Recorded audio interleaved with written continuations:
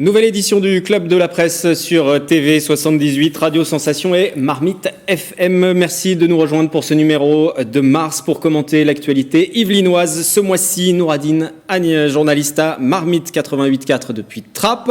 Bonjour Nouradine. Bonjour. Oui. Bonjour également à Nicolas Kirillovitz, journaliste à Radio Sensation 98.4 dans le Bonjour à tous. Département yvelinois. Et puis Nicolas Dandry est en plateau également, journaliste à TV 78. Bonjour Nicolas. À tous. Je le rappelle pour les auditeurs de Radio Sensation et Radio Marmite, TV 78 disponible sur le câble, les box ADSL Internet et puis également avec nos différents replays sur notre site. Bonjour donc à vous trois. Plusieurs sujets vont nous intéresser au cours de la prochaine heure. Voici les principaux titres. C'était il y a un an, la pandémie de Covid-19 poussait les autorités à confiner la population française. Depuis, couvre-feu, dérogation, gestes barrières font partie de notre langage quotidien. Avec le directeur de cabinet du préfet des Yvelines, nous allons revenir sur cette gestion de crise par les services de l'État. Le 5 février dernier, Didier Lemaire, professeur de philosophie à Trappes, annonçait avoir reçu des menaces de mort de la part de mouvances islamistes. Depuis, c'est un véritable emballement médiatique qui se déroule, emportant avec lui les habitants de la commune. Retour sur un mois de déclarations, de démentis et sur ce rapport ambigu entre les médias et la politique aussi. Et puis, musiciens, sportifs, anonymes, qui sont les Yvelinoises, les Yvelinois du mois. Réponse à la fin de cette émission avec les choix des journalistes locaux. Nous évoquerons aussi tout à l'heure la semaine de la presse et des médias à l'école et qui se tiendra du 22 au 27 mars partout en France. La pandémie est loin d'être derrière nous. Nouvelles restrictions dans certains départements, pas d'allègement non plus dans ceux qui sont moins exposés à la Covid-19. Thomas Lavielle, bonjour. Bonjour. Vous êtes le directeur de cabinet du préfet des Yvelines. Hier, le gouvernement Jean Castex a annoncé plusieurs mesures. En tout cas, il a refait le point et il a surtout annoncé que dans les Yvelines, le département des Yvelines, comme plusieurs départements de France, faisait partie des zones sous surveillance avec une circulation assez préoccupante du virus. Cela veut dire concrètement que d'ici à une semaine, si la situation ne s'arrange pas, il y aura sans doute des restrictions supplémentaires, voire peut-être des confinements aussi mis en place le week-end. Aujourd'hui, quel point vous avez pu faire avec les services de l'État ? Alors ce matin, nous avons fait à la fois un point de situation très précis avec les services de l'État et puis le préfet a engagé une concertation avec les élus du département sur les jours qui viennent et qui sont assez décisifs dans la gestion de la crise. Aujourd'hui, dans les Yvelines, enfin hier soir, il y avait 562 patients hospitalisés pour une raison de Covid, dont 41 en soins critiques, ce qui représente une occupation importante des lits de réanimation par des patients atteints de la Covid. Pour rappel d'ailleurs sur la gravité de la situation dans le département, on déplore environ 2000 tués depuis le début de la crise il y a bientôt un an. Le taux d'incidence dans les Yvelines a dépassé le niveau des 250, qui est celui qui avait été défini par le gouvernement pour la prise de mesures renforcées. Et donc c'est ça qui hier a entraîné le classement des Yvelines avec toute l'Île-de-France et puis avec d'autres départements ailleurs en France en vigilance renforcée. Qu'est-ce que ça signifie ? Ça signifie que dans les jours qui viennent, il est demandé à tous, à la fois évidemment au service de l'État, mais à chacun d'entre nous, j'ai envie de dire, une mobilisation totale pour qu'on essaye d'échapper, si possible, à des mesures plus dures.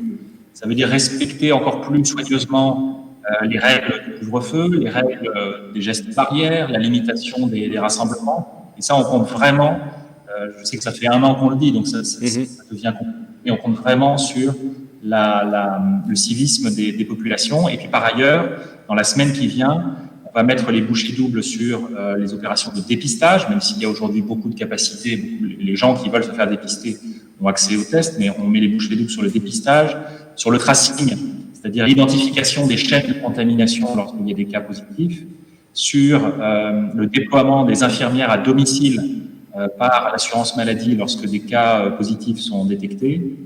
Et puis deux éléments importants, le télétravail, donc l'importance de développer encore, de renforcer le télétravail, et puis le respect, je le disais, du couvre-feu.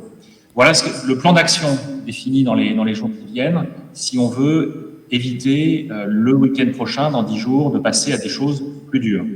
Maintenant, je ne vous cache pas que ce matin, avec les élus du département, le préfet a envisagé ces mesures plus dures. Il faut qu'on s'y prépare au cas où on serait obligé de les déclencher le week-end prochain. Nicolas pour Radio Sensation, Nouradine pour Marmite. N'hésitez pas à intervenir si vous le souhaitez également. Peut-être Nicolas ? Oui, j'avais une question plus sur la forme de la concertation. Vous parlez, vous dites qu'elle a déjà débuté. D'abord, avec qui précisément? De qui parle-t-on? Est-ce qu'on parle du président du conseil départemental? Est-ce qu'on parle des maires les plus importants des Yvelines? De qui parle-t-on dans cette concertation? Et puis, on a l'impression, et c'est ce qu'on a entendu jeudi soir dernier avec Jean Castex, c'est qu'il y a encore cette possibilité qu'on ne soit pas reconfiné localement. Mais quand on voit que les cours vont reprendre lundi, puisque c'est la fin des vacances, on se demande est-ce que c'est possible encore de ne pas être reconfiné? Est-ce qu'on gagnerait pas à tout de suite dire aux Yvelinois, voilà, préparez-vous, dans une semaine on sera reconfiné, pour qu'ils puissent eux aussi se préparer psychologiquement dans leur vie de tous les jours, plutôt que de mettre ce doute où on peut se dire peut-être qu'on sera pas reconfiné, alors qu'on a du mal à envisager ce qu'on peut faire de plus et de mieux aujourd'hui, chacun des citoyens, sachant que la circulation va reprendre avec les parents qui vont déposer les enfants à l'école, qui vont aller les chercher, les enfants qui vont courir dans la cour de récré, la vie quotidienne, quoi. Et j'apporte juste une précision avant de faire répondre le directeur de cabinet du préfet. Vous parliez, Nicolas, de cette situation on a du mal à voir comment les choses pourront s'arranger avec la reprise de l'école. Du côté de Chambourcy, par exemple, d'ores et déjà, côté ARS, côté maire aussi, on a annoncé que les cours n'auraient pas forcément lieu la semaine prochaine, que les écoles seraient fermées, il y a même des tests de dépistage massifs qui sont organisés parce qu'il y a des variants sud-africains, notamment du virus brésilien aussi, qui ont été détectés. Je vous laisse répondre à présent du côté de la préfecture. Oui, sur le format de la concertation, cela concerne tous les grands élus du département. C'est un format adopté depuis le début de la crise, donc à la fois le président du Sénat, l'ensemble des parlementaires du département, sénateurs et députés, le président du conseil départemental, et puis les maires effectivement des grandes communes du département, les présidents des établissements de coopération intercommunale. C'est une concertation avec les élus principaux du département qui a été conduite. Sur la rentrée, oui, c'est évidemment un facteur de risque important. Après, vous savez que la stratégie qui est poursuivie par le gouvernement, c'est celle de réponse à la crise, tout en essayant de maintenir autant que faire se peut la vie sociale. Et au cœur de cette vie sociale, on l'avait vu durement au cours du printemps dernier, il y a l'école. Et l'idée de maintenir autant que faire se peut la scolarisation des enfants, c'est vraiment l'idée d'essayer de préserver, même si elle est dégradée depuis un an, mais de préserver la vie collective, de permettre aux parents de travailler.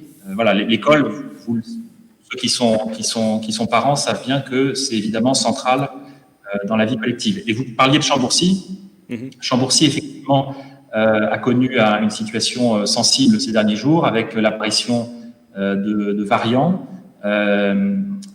sud-africains, et donc on a organisé à partir de demain et dimanche une opération de test général pour toute la population de Chambourcy et d'ailleurs des environs. Donc, toutes les personnes qui le souhaitent pourront se faire dépister dans la ville. Par ailleurs, des opérations de tests massifs ont été conduites sous l'autorité du maire de Chambourcy dans les écoles et au collège à Chambourcy, et puis évidemment compte tenu de cette situation épidémique, la rentrée va être reportée dans cette ville, dans certains établissements. Dépistage donc 27-28 février pour ceux qui suivraient les rediffusions de cette émission du Club de la Presse. Nicolas Dandry pour TV78. Thomas Lavielle, bonjour. Au niveau du reconfinement local, on a deux exemples aujourd'hui en France avec Dunkerque, Nice et des agglomérations autour de Nice. Comment on pourrait imaginer des reconfinements locaux dans le département des Yvelines, à l'échelon communal, à l'échelon intercommunal? Qu'est-ce qui est sur la table aujourd'hui? Alors, merci beaucoup. Bonjour à vous et merci beaucoup pour cette question.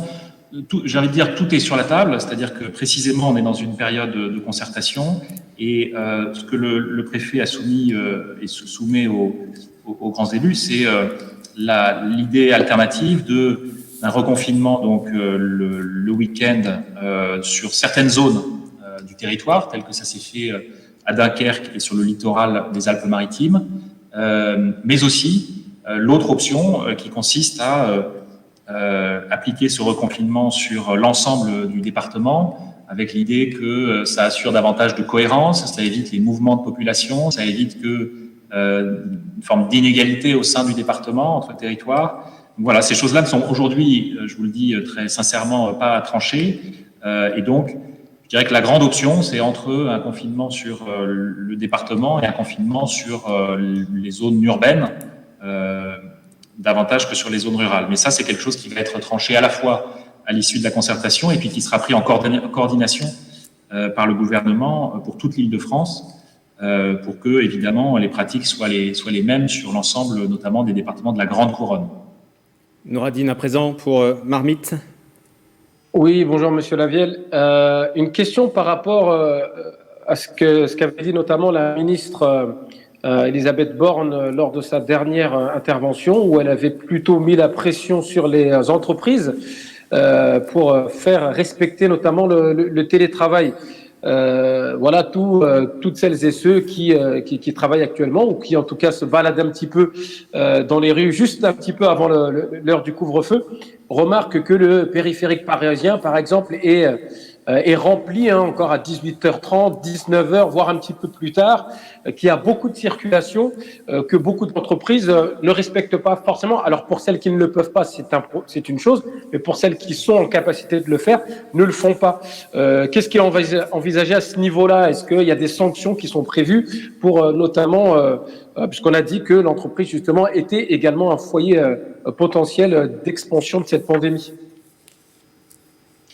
Oui, non, merci beaucoup pour cette question. Je crois que le télétravail, c'est crucial. C'est pour ça que le message que je fais passer, c'est évidemment dans toute la mesure du possible, notamment à l'égard des chefs d'entreprise qui ont des sociétés dans lesquelles le télétravail est possible, de le renforcer encore. Lorsqu'on est à 1 jour, passer à 2 jours par semaine. Lorsqu'on est à 2 jours, passer à 3 jours. Certaines entreprises sont passées au 100% télétravail, mais évidemment, ça concerne surtout les cadres. Vous savez que, évidemment, les cadres sont plutôt minoritaires dans la population francilienne, même s'ils sont nombreux, et il y a beaucoup d'emplois qui restent difficilement télétravaillables. Mais je crois qu'il faut non pas être forcément dans une logique de sanction, mais dans une logique de conviction et montrer que c'est vraiment aujourd'hui non seulement on a découvert, j'ai envie de dire depuis 1 an, que c'était un mode de travail qui était possible pour toute une catégorie de la population, et deuxièmement montrer que dans cette période un peu cruciale qui est devant nous, de ces semaines à venir, c'est vraiment important de mettre le paquet sur le télétravail. Est-ce qu'il y aura plus de contrôle aussi de la part de la préfecture?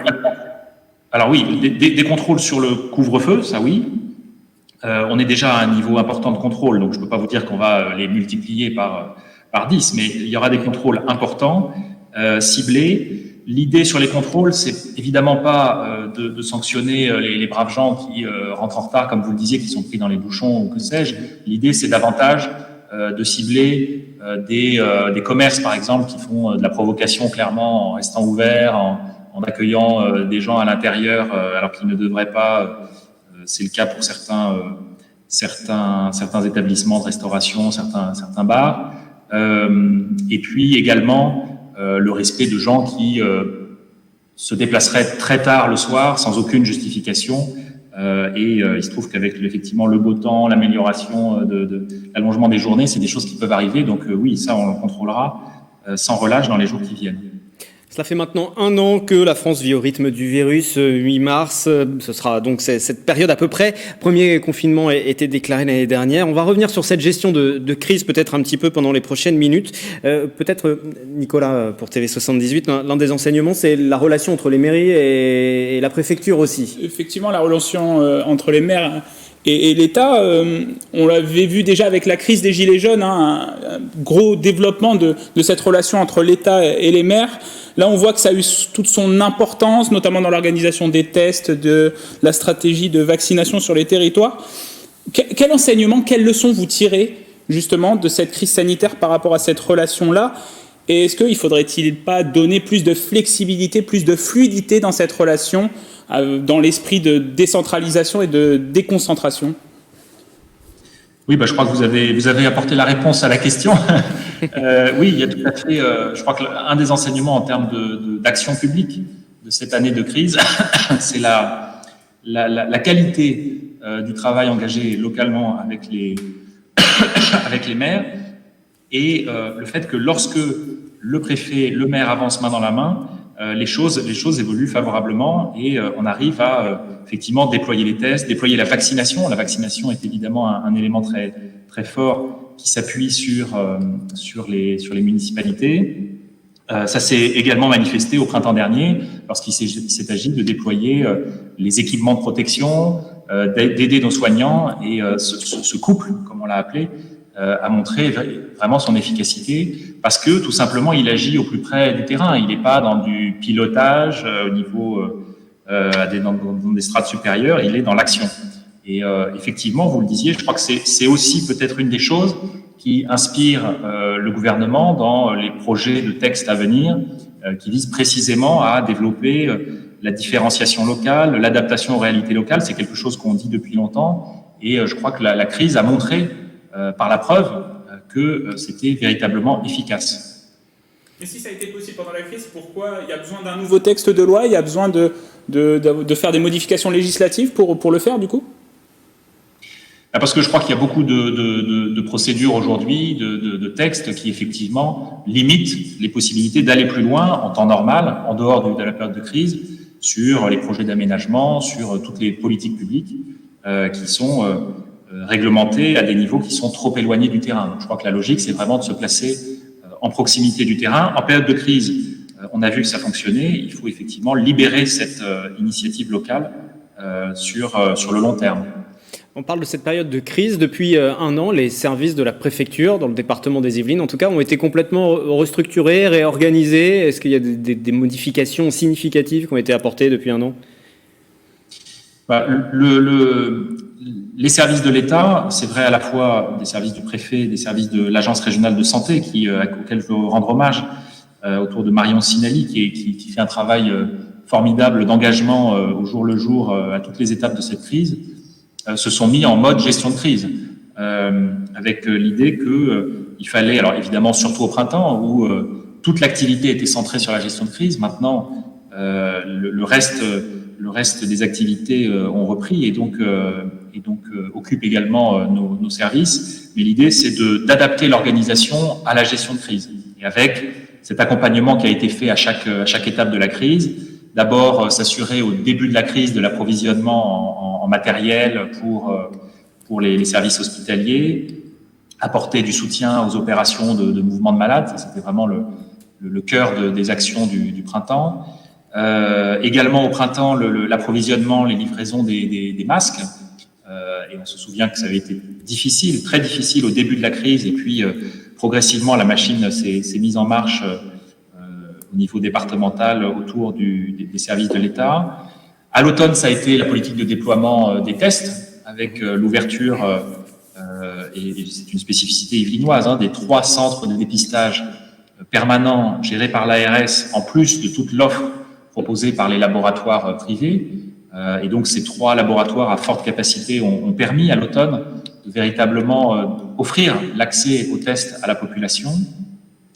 Et puis, depuis le mois de janvier, le déploiement de la vaccination dans le département avec les 9 centres de vaccination qui sont aujourd'hui ouverts et avec un bilan qui est à la fois modeste et en même temps qui suit la livraison des doses. Parce que j'ai envie de dire, chaque dose qui arrive dans le département est aujourd'hui dans le bras d'un Yvelinois.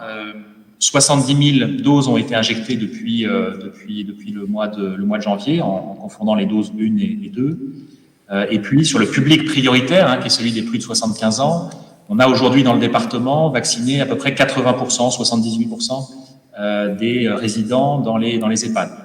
Donc, on avance, pas suffisamment vite, évidemment, pour les centaines de personnes qui sont sur liste d'attente dans les différents centres de vaccination. Les perspectives, c'est pour le mois d'avril une arrivée plus massive de vaccins, ce qui devrait permettre de prendre en compte ces besoins de rendez-vous dans les différents centres. Le club de la presse sur TV78, Radio Sensation, en partenariat aussi avec Marmite, se poursuit donc pour ce mois de mars avec le directeur de cabinet de la préfecture des Yvelines. Nouradine, Nicolas, si vous avez des interventions à faire, Nouradine. Oui, c'était rapidement, Monsieur Lavielle, par rapport à la vaccination, vous disiez que voilà, on n'était pas très très rapide en ce moment. On sait que la vaccination est un des enjeux majeurs pour notamment permettre d'y voir un petit peu plus positivement dans la suite de cette pandémie. Qu'est-ce qui va faire que cette campagne de vaccination va s'accélérer? Parce que là, on est encore très loin du compte. Vous avez parlé tout à l'heure des personnes dans les EHPAD qui ont été vaccinées, mais on est encore très très loin des millions de personnes qui doivent encore se faire vacciner, sauf à faire peut-être comme a fait Israël, qui a vacciné quasiment toute sa population, mais à quel prix en donnant notamment les données de santé à des groupes privés. Voilà, qu'est-ce qui peut faire avancer cette campagne de vaccination? Parce que nous sommes très très en retard. Alors, en retard, ça dépend avec quoi on se compare. Effectivement, l'exemple que vous citez de l'État d'Israël est assez exceptionnel avec le Royaume-Uni, j'ai envie de dire, au niveau mondial. Et si on regarde par exemple les vaccinations, le Premier ministre l'a montré hier, des plus de 75 ans, qui encore une fois est le public cible, la France n'est pas du tout en retard par rapport aux autres pays européens. Après, je vous mentirais si je vous disais que on va au rythme où on voudrait, que tous les gens qui veulent être vaccinés sont vaccinés. Ça, c'est pas vrai. Donc, la stratégie, c'est évidemment, dès que des doses sont à disposition du département, elles sont fournies au centre de vaccination, elles sont fournies aux différents modes de vaccination dans le département. Du coup, lorsque en avril, une arrivée massive de vaccins va arriver, je parle d'une multiplication, plus du double, voire plus du triple de doses arrivera en avril, la logique va être d'ouvrir de nouveaux centres, de renforcer, de densifier les centres existants et donc de répondre à la demande. Donc l'horizon qu'on se fixe pour un véritable rebond de la vaccination, c'est le mois d'avril. Aujourd'hui, encore une fois, on vaccine avec toutes les doses qui sont disponibles. Le département des Yvelines, d'ailleurs, en Île-de-France, est plutôt dans le haut du panier. Ça, chacun peut le vérifier de toute façon sur Internet puisque toutes ces données sont publiques. Voilà, dès que les doses arriveront, nous renforcerons notre dispositif. Nicolas, vous avez peut-être une dernière question pour Radio Sensation? À ce propos, je pense qu'on a fait le tour. Juste savoir, est-ce qu'il y a des nouveaux centres de vaccination dans ce cas-là qui vont voir le jour sur le territoire? Comment se passent justement ces choix-là qui peuvent être faits pour accélérer aussi la logistique quand les vaccins vont arriver, pour accélérer la diffusion? Alors là aussi, on est dans une logique de concertation avec le territoire, parce que les 9 premiers centres qui ont ouvert, qui sont aujourd'hui en fonctionnement, ont été ouverts évidemment en concertation avec les élus et au niveau des intercommunalités. L'idée, avant l'ouverture de ces nouveaux centres, c'est déjà, sur le périmètre actuel, de réussir à faire ce qu'on appelle l'aller vers les gens éloignés du vaccin, parce que comme vous le savez, toute une partie de la population, évidemment, et notamment dans la population cible des plus de 75 ans, n'a pas accès à Doctolib ou alors a du mal à s'en servir et dans des territoires qui sont trop éloignés des centres de vaccination. Donc à partir de la semaine prochaine, notamment dans la communauté de communes de Galie-Mauldre, le conseil départemental, de concert avec l'ARS, va mettre en place un bus de vaccination qui se rendra auprès des populations les plus en besoin.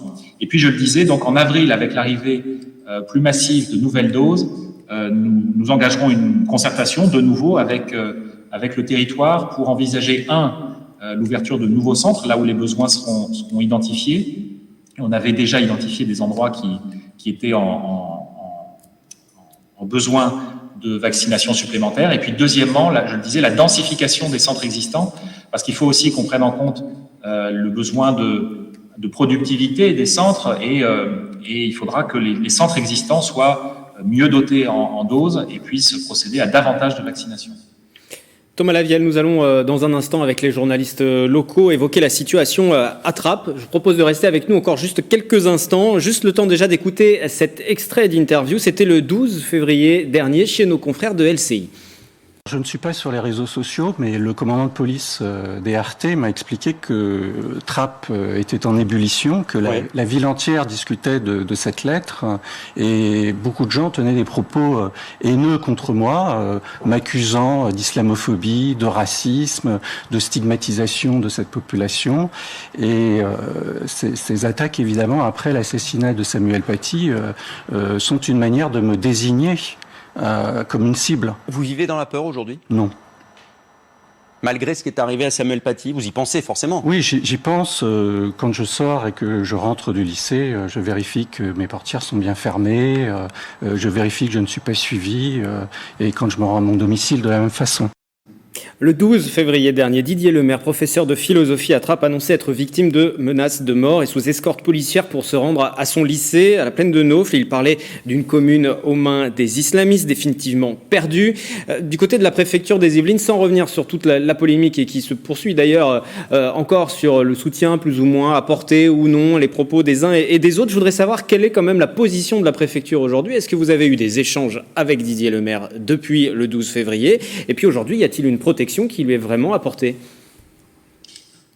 Oui, merci beaucoup de poser cette question.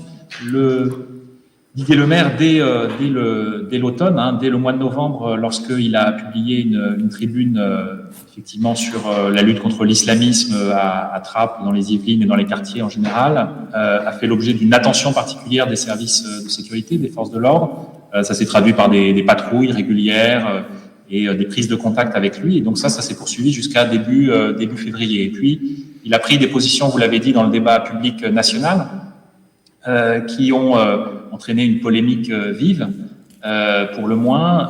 Et à la suite donc de ces prises de position, c'est pas lié à ses cours ou à des menaces au sein liées à son enseignement, mais à la suite de ces prises de parole publiques, effectivement, et du contexte de risque autour de lui, le préfet a demandé au ministère de l'Intérieur qu'il a accordé la mise en place d'une protection rapprochée. Donc, il bénéficie d'une protection rapprochée aujourd'hui par des fonctionnaires spécialisés du ministère de l'Intérieur. Et à la suite, encore une fois, des polémiques intenses qui sont nées sur la ville de Trappes, sur la situation de l'islamisme dans les Yvelines, le maire de Trappes a également reçu des menaces importantes et une protection rapprochée a également été mise en place autour du maire de Trappes. Donc voilà la situation de sécurisation des intéressés aujourd'hui à la fin février. Et on aura beaucoup de choses à dire dans la suite de cette émission sur ce sujet. Merci Thomas Lavielle d'avoir été avec nous, directeur de cabinet du préfet des Yvelines. Le club de la presse va donc se poursuivre. Merci encore à vous. Allez, nous allons continuer à évoquer dans le club de la presse cette situation à Trappes. Et j'interagis tout de suite avec Nouradine parce qu'il n'est pas sur ce plateau, mais je le voyais, il souhaitait intervenir sur cette question. Et ça va me permettre d'être tout à fait transparent aussi avec téléspectateurs et auditeurs. Nous n'avons pas poursuivi la conversation avec le directeur de cabinet de la préfecture parce qu'il n'était pas prévu à l'origine que nous abordions ce sujet de la situation à Trappes. Il intervenait pour parler de la situation du Covid. Mais je tenais néanmoins à faire un point avec lui pour voir aujourd'hui quelle était la situation concrète et la protection qui était apportée à Didier Lemaire. Voilà. Revenons sur la situation donc à Trappes. On a l'impression aujourd'hui que rien ne change. Depuis 20 ans, peut-être même plus, la ville est présentée comme une bombe à retardement, un nid d'islamistes. Il est vrai que depuis cette commune, de nombreux jeunes sont partis en Syrie, notamment pour faire le djihad, la guerre sainte. Pour autant, l'emballement médiatique n'est-il pas trop fort ? Plutôt que de se prêter au jeu des déclarations dans les médias nationaux, les élus, les responsables politiques, ne devrait-il pas chercher des solutions d'une part et puis protéger la plus grande partie de la population aussi, celle qui aspire à vivre normalement et qui vit normalement, calmement et qui se retrouve stigmatisée. Je voudrais revenir sur une date, 2004. Un documentaire est diffusé sur la 2, dans Envoyé spécial, Trappes à l'heure de la prière. C'est le nom de ce documentaire. Pendant 1 heure, on y voit une ville où l'islam est politisé, fondamentaliste. Il défie la République, il s'est emparé de toute la commune. Derrière, il y a eu des jours d'intervention, de débat au niveau national, avec des déclarations, et depuis, rien. Le sujet passe de mode. Aujourd'hui, c'est un peu le même schéma qui se reproduit. Énorme médiatisation, des informations qui sortent, qui ne sont pas forcément vérifiées par la presse nationale. Nouradine, vous êtes journaliste sur la commune. Cette commune de Trappes, vous la connaissez bien. Comment vous pouvez analyser cet emballement médiatique à chaque fois autour de cette ville de Trappes ? Et comment le vivez-vous aussi ? Parce que cette commune, vous y êtes attaché, et je vous le dis encore une fois, vous la connaissez bien. Est-ce que vous avez 2 heures, Wilfried, à me consacrer? Je regardais le temps qu'il nous restait pour l'émission, c'est pas sûr. Effectivement, je pense que Trappes, c'est une ville qui, de par de par sa richesse et également de par les paradoxes qu'elle peut porter, est une ville qui a toujours intéressé les médias. On y parle souvent, pour être caricatural, des Jamel Debbouze, Omar Sy, Nicolas Anelka et consorts. Et en même temps, on donne souvent le nombre de jeunes qui sont partis en 2015-2016 pour rejoindre les terrains en Irak ou en Syrie pour faire le djihad. Donc je pense que c'est une ville qui a cette... certains parlent d'une image, je déteste cette expression, mais bon, c'est une expression qui avait été utilisée par Ariane Chemin et Raphaël Baquet quand elles avaient sorti leur livre La Communauté, en disant que c'était une ville romantique, en quelque sorte. Je pense qu'il y a un petit peu de vrai dans ce qu'elles disent, mais bon, je pense que c'est surtout pour ça qu'elle fait beaucoup parler.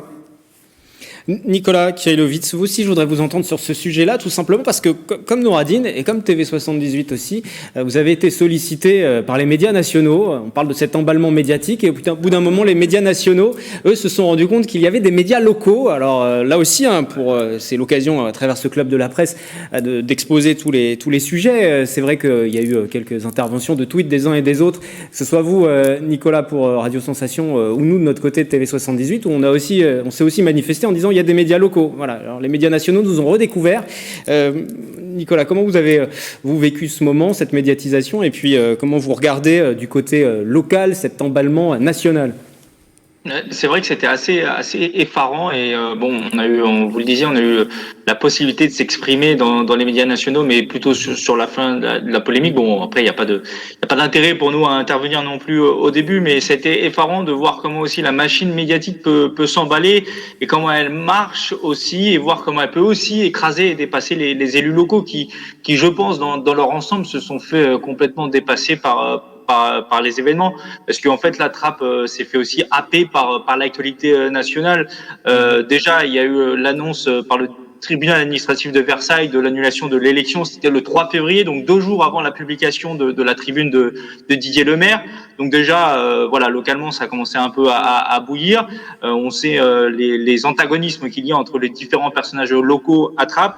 Et puis, il y a aussi ces discussions sur cette loi dite séparatisme. Tout ça arrive au même moment. Et là, on voit que peut-être que Trappes, alors je suis pas du tout dans le complotisme, c'est pas mon idée, mais c'est vrai que quand on voit c'est ce calendrier, comment il fonctionne, on se dit que peut-être que Trappes a servi d'exemple à certains qui voulaient bien montrer qu'il y avait un problème avec l'islamisme en France, et que, comme le disait Nouradine, Trappes c'est un peu l'exemple parfait, parce que c'est une ville qui est très complexe, où il y a eu, et c'est documenté, des départs sur des théâtres de guerre.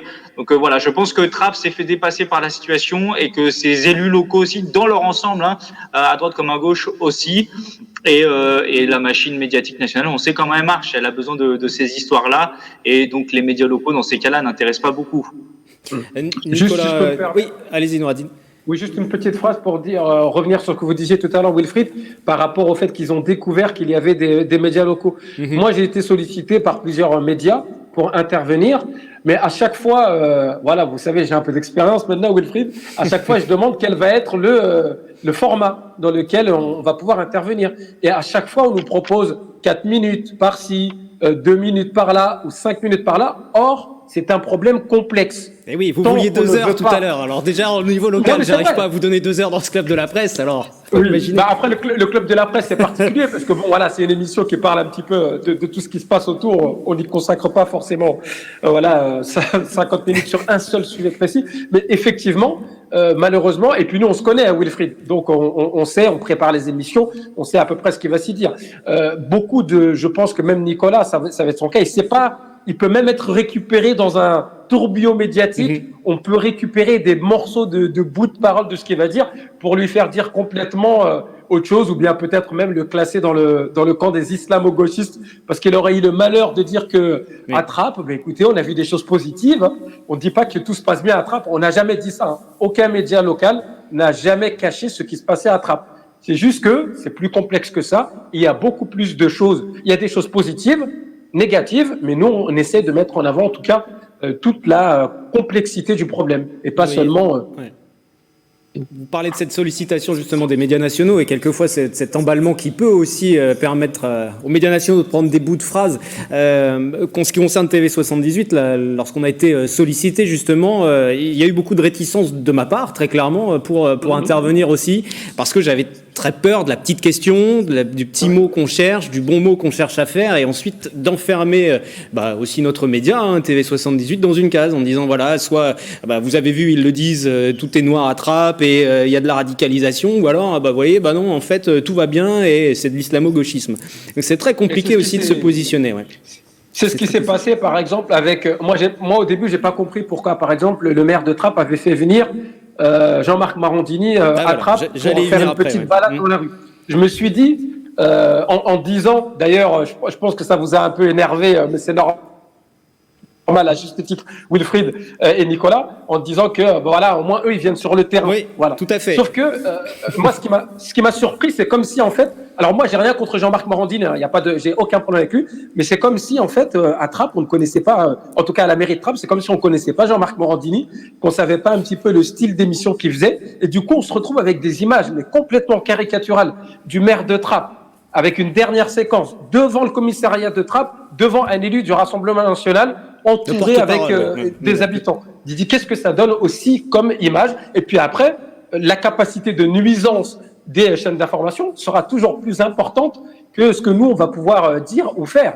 Et vous le voyez, justement, dès que Ali Rabé a fini son duplex, son espèce de voyage en terre inconnue à Trappes avec Jean-Marc Morandini, pendant toute la semaine, ils ont décrypté ce qui s'était passé sur Trappes en disant que de toute façon le maire de Trappes était dans la duplicité et tout ça. Est-ce que ça valait le coup de faire ça? Moi je pense que non. Mais on pourrait parler de la responsabilité des politiques, on va y venir très rapidement, mais Nicolas Dandry à présent. Justement sur la même ligne, plus nous sur la manière dont TV78 a travaillé sur ce dossier. Finalement on a sollicité Didier Lemaire, il nous a jamais répondu, il préférait parler aux médias nationaux. Ça peut se comprendre parce que ça fait plus de lumière et ça... C'est sûr qu'il va être plus entendu. Même chose pour Ali Rabé. On l'a sollicité, il ne nous a pas répondu. Ensuite, nous avons été sollicités par BFM TV pour qu'on y aille. Grégory est allé sur le plateau de BFM TV pour parler de la situation, mais finalement, c'était après la polémique. Finalement, on n'a pas pu traiter de la même manière cette polémique, peut-être plus traiter de la manière plus proche, en fait, plus de proximité, en mettant ce que nous, on peut voir au quotidien. On n'a pas pu le faire parce que ces interlocuteurs-là ne nous ont pas répondu parce qu'ils ont préféré aller sur les médias nationaux pour avoir plus de lumière. Donc on peut se dire peut-être que derrière, effectivement, il y a de la politique. Effectivement. Oui, on parle de l'emballement médiatique au niveau national, puisque c'était ça qui était le cœur de notre sujet. Derrière ça, on voit aussi que les politiques locaux, et on parle du maire de Trappes, à ce jour, il n'a toujours pas répondu à notre sollicitation, que ce soit directement en ligne ou par les réseaux sociaux. On n'a pas réussi, nous, de notre côté, à TV78. Il me semble que Radio Sensation, ce n'est pas le cas. Nouradine, est-ce que vous avez eu, vous, du nouveau et des retours? Est-ce que le maire de Trappes va s'exprimer sur votre antenne?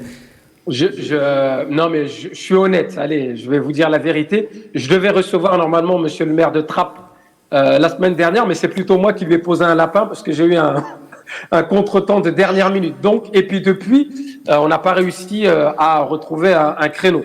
Donc, il n'y a pas eu de volonté, je pense, en tout cas pour Marmite, je parle pour Marmite, évidemment, je parle pas pour vous. Il n'y a pas eu de volonté de pas parler avec ce média local. Mais après, la question qui peut se poser aussi, c'est que certes, il y a un peu plus de lumière, voilà, dans les médias nationaux, mais il est sûr que si le maire de Trappes, par exemple, ou Didier Lemaire viennent sur nos plateaux respectifs, si on prépare bien sûr sérieusement nos émissions, ce qui est le cas pour vous, messieurs, je le dis comme ça, les gens entendront. Mais voilà, si on prépare sérieusement nos émissions, évidemment. Voilà, c'est ça. Évidemment, si on prépare sérieusement nos émissions, on connaît mieux le terrain que BFM TV ou que Le Monde ou que n'importe quel autre acteur. Donc, on est plus en mesure de titiller aussi les acteurs locaux. Et y compris Didier Lemaire, ça c'est sûr. Parce que Didier Lemaire, très concrètement, on l'a contacté, on a réussi à récupérer effectivement son numéro de téléphone, on l'a contacté une vingtaine de fois, nous n'avons jamais eu de réponse. Et la dernière sollicitation que j'avais pu lui faire et proposition, c'était de venir sur ce plateau et d'essayer de convier également le maire Ali Rabé et qu'il puisse avoir un échange, puisque Ali Rabé demandait à avoir un échange. Donc quoi de mieux qu'un plateau local et avec l'intervention aussi des autres médias, que ce soit vous, Radio Sensation, ou vous pour Marmite, pour venir en parler. Juste vous montrer un autre extrait, parce qu'on parle de la responsabilité des politiques dans cet emballement. C'est un extrait d'un entretien d'Ali Rabet qui a été réalisé par Benoît Hamon, ancien ministre, ancien député de la circonscription, qui a lancé sa chaîne de télé en ligne avec un abonnement de 5 € par mois. Il y réalise des interviews, il a reçu Ali Rabet, les deux hommes se connaissent très bien. Écoutez cet extrait. Quand on m'invite sur les plateaux, on commence par ça. Est-ce que vous soutenez ce professeur qui est menacé de mort dans votre ville ? Certains qui disent qu'il est menacé de mort par ses élèves. Lui, il n'a jamais dit ça en plus, pour le coup. Il a déjà débité assez de mensonges comme ça, mais il n'a jamais dit ça. Pourquoi est-ce que des journalistes sérieux... Parce qu'ils ne sont pas sérieux peut-être, non ? Parce qu'ils ont un agenda politique. Des gens qu'on voit sur nos plateaux depuis 15 ans, Benoît, des gens comme Pujadas, des gens comme Laurence Ferrari, relayent complaisamment, sans réfléchir, sans vérifier, des affirmations qui sont faites, et pire que ça. Ça, on y reviendra. C'est peut-être parce qu'au fait, tout ça, ce qui est dramatique, c'est qu'ils prennent pour argent comptant une représentation et une vérité qu'ils ignorent complètement. Pourquoi ? Parce qu'ils appartiennent tous à des milieux, disons-le clairement, qui passent le périph' pour prendre l'avion à Charles de Gaulle Étoile ou aller voir un match en loge au Stade de France. Il y a un moment donné où les journalistes doivent arrêter de faire le buzz pour faire le buzz, doivent arrêter la machine folle de l'emballement, et la réaction en chaîne qui est déclenchée, doivent dire, bon, sur ces faits, déjà, il y a un démenti formel 48 heures après le déclenchement de la polémique. Mais ils choisissent de ne pas le faire. Ils choisissent d'entretenir le mensonge plusieurs jours d'affilée et d'entretenir le flot de haine qui s'abat notamment sur ma ville. Extrait de SensTV.fr. Très, très clairement, Nicolas Kyrilovic, je vais vous faire réagir. Je vous le dis, moi, à titre personnel, j'ai du mal à comprendre cette séquence. Cette séquence où le maire Ali Rabet ne comprend pas ces réactions des médias nationaux, des déclarations des uns et des autres, mais quelques jours plus tôt, on en a parlé tout à l'heure, Jean-Marc Morandini vient dans la ville, fait cette déambulation en territoire inconnu, et le maire de Trappes est surpris et quitte plusieurs fois, revient sur cette séquence, et même au début, il le remercie d'être venu pour finalement lui dire qu'il a mal fait son travail en lui mentant. Enfin, j'ai beaucoup de mal à comprendre tout ça. Et après, ils sont surpris et entre politiques, ils s'interrogent pour se dire ah bah oui, les médias nationaux, ils jouent l'agenda, leur agenda à eux et on est victime. Victime, mais quelquefois un peu complice, non ? Oui, je crois, c'est ce qu'on disait tout à l'heure. Je crois que Ali Rabet et puis la classe politique locale dans son ensemble a été dépassée par ce qui s'est passé à Trappes et que Ali Rabet a peut-être cru au début d'intervenir, de monter au front pour régler quelques problèmes, mais la machine médiatique nationale est tellement forte et tellement puissante que lui-même s'est fait entre guillemets excusez-moi pour l'expression, mais il s'est fait broyer et aujourd'hui il se plaint de ce qui s'est passé alors qu'il est en partie responsable de ce qui s'est passé. Nouradine l'a très bien expliqué. Et pour être tout à fait précis, alors nous, Radio Sensation, on n'a pas été en contact direct avec Ali Rabet, mais on va recevoir là dans la foulée de l'émission Sandrine Grandgan, qui est sa première adjointe à la mairie de Trappes en charge de l'éducation et de la culture. Et on a reçu aussi Othman Nasrou, qui, on le sait, est son principal opposant à la ville, premier vice-président à la région Île-de-France. Et c'est là où aussi on voit un peu l'ampleur nationale de ce débat. Donc on n'a pas eu Ali Rabet, nous, mais on va avoir Sandrine Grandgan et Othman Nasrou. Ça, c'est pour boucler la discussion de tout à l'heure. Nouradine, et puis j'en profite, je relance cette invitation et aussi avec vous, autres médias, on n'en a pas parlé avant, mais peut-être organiser un plateau commun pour recevoir Ali Rabet, Didier Lemaire, et pour parler peut-être plus sereinement aussi de la situation et de la réalité de cette commune qui, une nouvelle fois, oui, est touchée par des questions de radicalisation, et oui, il y a eu ces départs en Syrie, et il y a des problèmes dans cette commune, mais il y a aussi d'autres choses, il y a aussi des choses qui fonctionnent et des habitants qui y vivent normalement. Voilà. Oui, Wilfried, effectivement, c'est avec plaisir qu'on fera ce plateau pour parler avec un petit peu plus d'apaisement, surtout qu'on est en train de s'éloigner du climax, si on peut dire, de ce qui s'est passé les derniers jours, et que là, les médias nationaux sont déjà passés à autre chose. Pour revenir sur la séquence sur Sens TV, donc la télé qui a été lancée par Benoît Hamon. Bon, là, c'est dans un contexte particulier. Benoît Hamon, qui a créé Génération S, est un proche de Ali Rabet, donc ils sont dans une discussion qui est aussi politique, c'est un message politique aussi qu'ils envoient peut-être par ce biais-là, même si sur ce que dit Ali Rabet, déjà moi je déteste le fait de dire les médias, alors qu'il parle de médias bien précis. Et d'ailleurs on pourrait se poser la question pourquoi il va dans ces médias précis qu'il critique, alors que ces médias sont clairement voilà, quand on parle par exemple de CNews, voilà, il y a une ligne éditoriale, quoi. Qu'on aime, il y a certains politiques d'ailleurs qui ont décidé, dans d'autres sujets, il y a certains politiques qui ont décidé de ne plus intervenir parce qu'ils savent très bien où ils vont tomber, ils le disent clairement, voilà, ils assument de ne plus y aller, ils le disent clairement. Après ça, on est dans une démocratie, les idées doivent pouvoir s'exprimer, mais il y a des lignes éditoriales, soit on y va et puis on sait que c'est un combat politique, comme certains ont décidé de le faire, notamment sur ces chaînes-là, soit on n'y va pas, et puis on essaie de créer voilà, soit des médias alternatifs, soit en tout cas d'essayer de faire des choses alternatives. Parce que effectivement, quand on participe à ce genre de dispositif, et ben forcément, on peut pas après le critiquer, on peut pas aller sur Touche pas à mon poste, faire un face-à-face avec Jean Messia, qui pour moi, d'un point de vue journalistique, est quelque chose de complètement inutile, que quelqu'un me dise qu'est-ce qu'il a retenu d'un face-à-face entre Ali Rabet et Jean Messia. Jean Messia, déjà, c'est qui Jean Messia? Quelle est la légitimité de Jean Messia à parler de la ville de Trappes ou du problème politique qui se passe à Trappes? Mais voilà, c'est un peu de spectacle. Certes, ça fait briller. Certes, il y a peut-être des trappistes qui se disent « Ah, super, notre maire, il nous défend bien ». C'est peut-être aussi du coup politique pour préparer la suite. On est dans un contexte quand même d'annulation électorale. Mais en tout cas, moi, quand j'interviens après dans les collèges pour parler d'éducation aux médias avec les gamins, si quelqu'un vient me dire après, oui, mais de toute façon, les médias, c'est tous des menteurs, et regardez, même le maire de Trappes, il le dit. Voilà, ben, qu'est-ce que je dis, moi, après? Je dis, non, il n'a pas tout à fait dit ça, mais bon, voilà. Ça peut devenir des arguments contre même les politiques eux-mêmes. On va refermer cette page concernant Trappes. Il nous reste une dizaine de minutes d'émission. On va passer à nos autres séquences, mais juste peut-être tout de même un mot et une remarque. Ce sera peut-être l'occasion d'un autre club de la presse pour parler d'une part de ces politiques qui aujourd'hui lancent par exemple leur chaîne de télé, s'invitent, font leur rôle, remplacent les médias. Ça, c'est aussi une vraie question. Et puis ces émissions dites de divertissement qui aujourd'hui s'imposent comme des émissions politiques. Vous avez parlé de Jean Messia qui intervenait avec Cyril Hanouna par exemple, qui a reçu Jean-Luc Mélenchon aussi pour venir sur un plateau. On est plus dans du divertissement et autres que dans un message politique. Est-ce que ça, quelque part aussi, ça brouille pas les messages? Et ce serait intéressant d'y revenir. Pourquoi pas avec les jeunes aussi, qu'on rencontre régulièrement. Et vous parliez d'éducation tout à l'heure auprès des jeunes. J'en parlerai tout à l'heure sur la semaine de la presse aussi qui concernera TV78. On passe à la partie personnalité du mois à présent. Chaque mois, les journalistes de vos médias locaux choisissent une personnalité connue, méconnue pour la mettre en avant. Elles sont toutes un point commun, elles sont issues du département. Nicolas, pour Radio Sensation, vous allez revenir sur Trappes, mais pour parler des habitants cette fois-ci. Ouais.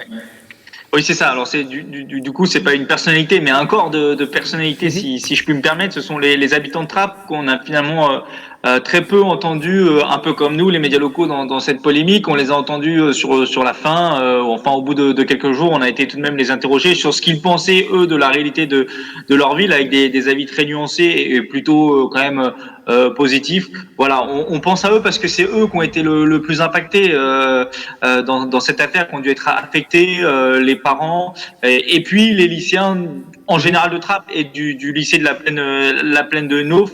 On le sait, le contexte n'est déjà pas facile pour étudier aujourd'hui en France et puis ailleurs en Europe. La communication qui a été coupée avec Nicolas, qui, je le rappelle, pour Radio Sensation, est en visio, en duplex avec nous. On va essayer de la rétablir. Et on a bien compris, de toute façon, déjà le sens du message, ces habitants qui ont été victimes, bien malgré eux, de cette image qui a été donnée. Nicolas Dandry, à présent, du côté de TV78, personnalité yvelinoise du mois. C'est un sportif. Un sportif et direction Andrézy. Rencontre avec Meryl Loquette, 24 ans. Parabadiste de l'équipe de France, il est sportif de haut niveau de para-badminton depuis 3 ans et demi maintenant. Il joue en équipe de France et il a un palmarès déjà bien rempli. 5 fois champion de France en simple, 4 fois en double homme, double vice-champion d'Europe en double homme. Et actuellement, il s'entraîne entre 3 et 4 heures par jour avec comme objectif de préparer les Jeux paralympiques de Tokyo. Écoutez-le. C'est 4 ans de préparation, c'est du stress, c'est long. Et puis c'est le Graal, quoi. C'est le Graal des compétitions. Et puis on représente son pays à l'international. Pour moi, il n'y a pas mieux. Et c'est dur de se qualifier surtout. C'est les meilleurs qui y vont. Et quand on peut faire partie de l'élite des meilleurs, c'est tellement bien. À court terme, c'était de me qualifier au jeu. Ça a l'air d'être bien parti. Ensuite, de faire une médaille. Et après, de me préparer au mieux, sans blessure, surtout pour les Jeux de 2024 à Paris. Et Meryl Lockett a le soutien de la ville d'Andrézy, puisque le gymnase a été mis à disposition pour qu'il puisse s'entraîner, malgré la situation sanitaire que l'on connaît, et un soutien financier a aussi été voté par la municipalité, une bourse individuelle de 5 000 € pour l'aider à se préparer à ces Jeux paralympiques. Et c'est votre personnalité du mois, Nicolas Kirillovitz, lui, est revenu avec nous. Oui, voilà, et vous parliez, voilà, pour qu'on revienne sur votre personnalité à vous. Allez-y. Décidé. On n'arrive pas à voir. Et revenu de manière très éphémère, Nicolas, connexion marche moins bien. Alors Nouradine, c'est à vous que je passe la parole à présent. Votre personnalité du mois. Oui, tout à fait, Wilfried. Alors, pour un petit peu taquiner mon confrère, je voulais prendre les trappistes comme personnalité du mois. Voilà. Donc c'est vous qui avez saboté sa connexion. Voilà, c'est ça. C'est pour ça. C'est moi qui ai saboté sa connexion. Voilà, pour vraiment une pensée très forte aux habitants de Trappes qui envoient des vertes et des pas mûres depuis maintenant une trentaine d'années. Je ferme la parenthèse. La personnalité du coup que j'ai choisie, c'est Tonton David, qui est voilà un des pionniers du reggae français et qui est décédé récemment, tout récemment à l'âge de 53 ans. Et qui avait fait un de ses tout premiers concerts en 1992, le 20 novembre 1992. Je ne sais pas si vous vous souvenez de cette salle, Wilfried, c'était le Bilbo à Elancourt. Et voilà, avec en première partie Fridja avec voilà Killa, Christophe Paulet notamment, qui faisait partie de ce groupe local. Ils avaient fait, pour l'anecdote, ils avaient fait la première partie de Tonton David. Tonton David monte sur scène, il commence une chanson, bagarre générale, et puis le concert n'a pas pu aller jusqu'à la fin. Vous voyez, c'est un peu... C'est de là expliquer que le Bilbo a été fermé pour ça ensuite. c'est une salle qui avait effectivement un passé un peu sulfureux qui explique après sa fermeture. Voilà, pour ceux qui sont là depuis plusieurs vingtaines d'années, ils s'en souviendront peut-être de cette salle. On va terminer là pour cette page personnalité et on passe à notre séquence bientôt à la une. Et en mars sur TV78, 32e semaine de la presse et des médias à l'honneur, rendez-vous annuel qui entend aider les élèves de la maternelle au lycée à comprendre les médias, former leur jugement critique, développer leur goût aussi pour l'actualité, se forger leur identité de citoyen. À cette occasion, plusieurs journalistes de la chaîne interviendront dans des établissements du département, parler de la profession, de l'information. Ce sera aussi l'occasion d'échanger avec ces jeunes, de parler fake news aussi, des rumeurs, de voir comment ils s'informent. Et puis après, il y aura aussi... après ce qui s'est passé à Trappes, j'imagine, on le disait tout à l'heure, pas mal de questionnements aussi de leur part et ce sera intéressant de les entendre. Dès le 22 mars, donc rendez-vous sur TV78 à 18h pour découvrir les reportages au quotidien. 23 mars, ce sera ensuite au tour de Patrice Carmouze dans son émission PAF de donner la parole aux jeunes. Et puis notez aussi le 26 mars, le 7-8 week-end sera en grande partie composé de reportages réalisés par des collégiens et des lycéens. Ils auront carte blanche et ils interviendront aussi en plateau. J'en profite si vous êtes parent ou peut-être même élève aussi pour vous donner l'adresse d'un site, c'est clémy.fr. Clémy, c'est le centre pour l'éducation aux médias, cela sert aux professeurs en général, ça permet aussi d'accompagner les parents. Il y a plusieurs ressources, des vidéos avec des décryptages sur les stéréotypes dans les médias, décryptages d'images, des points de vue. C'est un outil très intéressant que je vous invite à découvrir, clémy.fr, et puis semaine de la presse donc à partir du 22 mars sur TV78. Sur Marmite prochainement, Nouradine. Oui, Wilfried, clémy.fr, superbe site que je conseille aux téléspectateurs, téléspectatrices de TV78 et Marmite et Sensation.